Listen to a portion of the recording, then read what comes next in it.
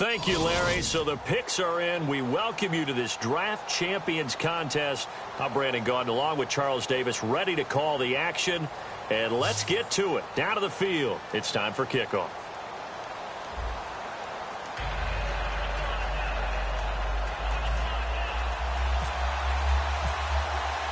Two teams here amped and ready for football. And off we go in week 2 of Draft Champions. That's fielded in the end zone. And he'll wind up about 4 yards shy of where he would have been if he had taken a knee, as they'll start at the 21-yard line.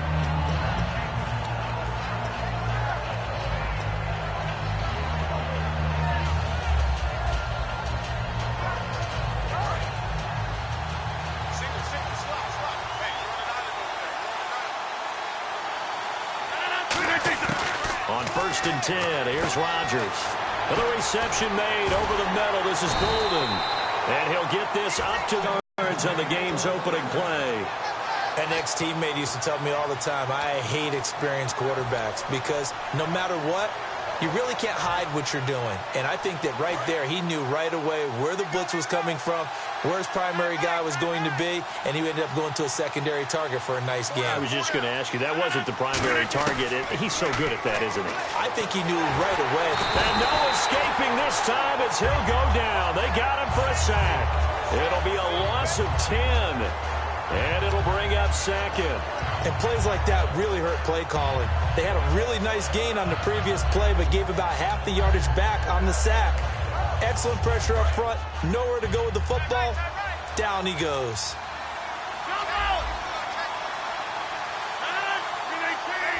The play clock's running down. On 2nd down, here's Rodgers. That's complete to Bolden. That catch good for 5. It's 3rd down.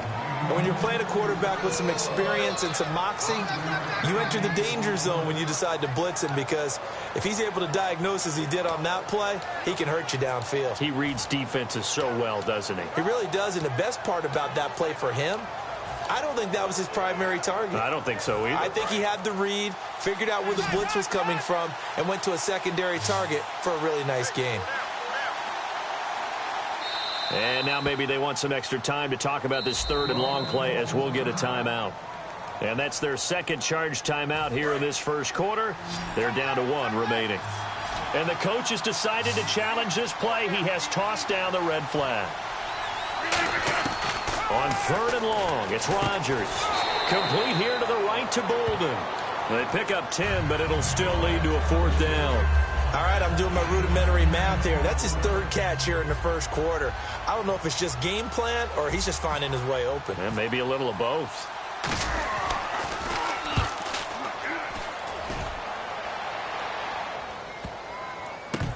Oh, he's going to go ahead and field it from the 3-yard line.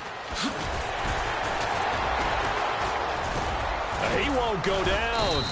6-yard return after a punt of 48. And the Eagles will be backed up deep to get the drive started as they take over 1st and 10.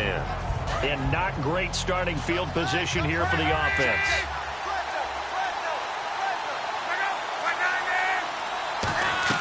They go play action here on 1st down. He'll buy some time right. And this turns into disaster. He's not going to get forward progress. That'll be a safety. Well, we thought these two defenses, they might come to play. One has already come to play here. A safety for the opening points of the game. Brandon, let's file this play away, because if it turns out to be a tight game, who knows? This could wind up being the difference. Now the Vikings offense works their way back onto the field. They've got the lead. Last time had to punt it, though. What's the key to this drive? I think it's leverage. Leverage. Big guys up front. You know the motivational speech on the sideline is, guys, give us an opportunity. Protect the passer, create space for our runners, and let's go ahead and get these guys. Low man wins. Let's go do it on this drive. We'll watch that leverage on this drive. And all the way down to the 24-yard line. And the offense lining up 1st and 10. Coaches really don't care from what position they get this, but run after the catch ability, rack ability, is often the difference between winning and losing and changing field position. He goes underneath for Anderson. And he gets it inside the 10 to the 9. It's a really nice 15-yard pickup, and now it's 1st and goal. We can talk all we want about football being a game of strength and brawn. It's also a game of mismatches, and they're trying to create one there. He's got his man. It's taken in for a Viking touchdown. Mike Evans, a 9-yard touchdown grab. And the Vikings are going to add on to their lead. It's up and good, and that'll increase their lead to 10-zip. Minnesota's kick team ready, and the Vikings boom it away. This will be taken in at the 1. And he will be marked down right there at the 20-yard line. The Eagles coming out as they get ready. And last time they surrendered to safety, we know they don't want to do that again. That is just one of those oddities in scoring that we get. And it's just so strange to see that go up on the board. And then you got to make sure that that doesn't happen to your team again. They've got to take care of the ball. But, boy, it juices up the defense. Oh, without a doubt. That's a great way to score some points. Oh, man, that was close. The opportunity to change momentum, big play, right in his hands, unable to come down with it. A sigh of relief, no doubt, on offense that fell harmlessly to the ground. Back to the air, Luck on 2nd down. And the catch made here by Marquise Lee. And a nice gain at 21 yards. Looked like the screen pass was taken away there, and that was a nice job of improvising, but it's not normal. Usually when the screen pass is taken away, you're taught to just throw the ball at the ground at the feet of the receiver so that you don't get it intercepted and just start over. But he ended up finding another receiver. And it's complete to Jacob Tamme. Back live with Charles Davis. I'm Brandon Gaudin. It's the Eagles with the ball here to begin quarter number 2. And they're on the move here. They've got it 1st and 10.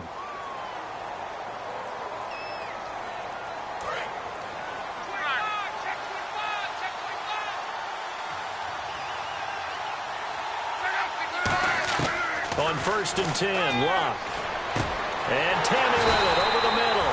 And he goes down, but not before getting this inside the 25. Partner, it's a lot of fun watching the NFL now, isn't it? Because when the big fella runs routes, it used to be when we were kids, he'd run about 3 different routes, and that was it. Now he can run anything and catch the balls we just saw there. And he'll lose yardage. Brought down at the 32. That's going to go as a loss of 7, and it'll set him back for 2nd down.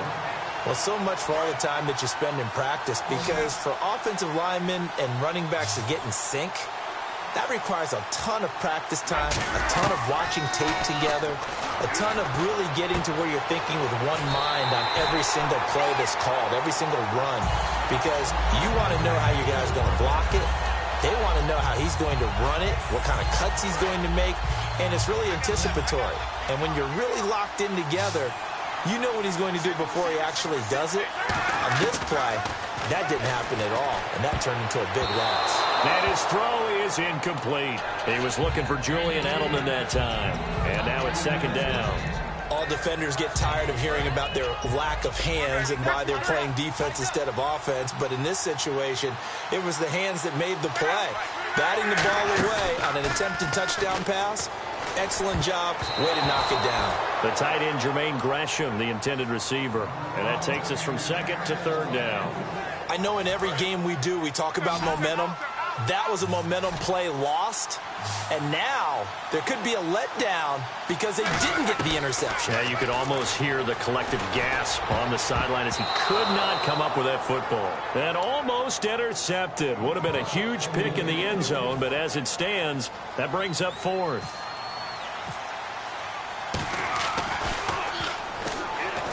And he'll try and throw here on the fake. They pass up the 3, fake it. It doesn't work. And now out comes Minnesota. And that recipe on their last drive that resulted in a touchdown looked pretty good, so they'll be hoping to do that once more. And it takes me back to when we sat with the offensive coordinator and the head coach. They felt pretty good about their game plan and thought there were some holes in the defense, and they exploited them the last time out. Let's see if they can come back and put together a similar drive. And we'll see if they can do just that. They come out here in the eye. Rodgers now to throw. And here the hook up good to Victor Cruz. The 20. And he is taken down deep in Philadelphia territory. A big play there on the catch and run. 68 yards. 2 minutes remain here in the first half. Back to high.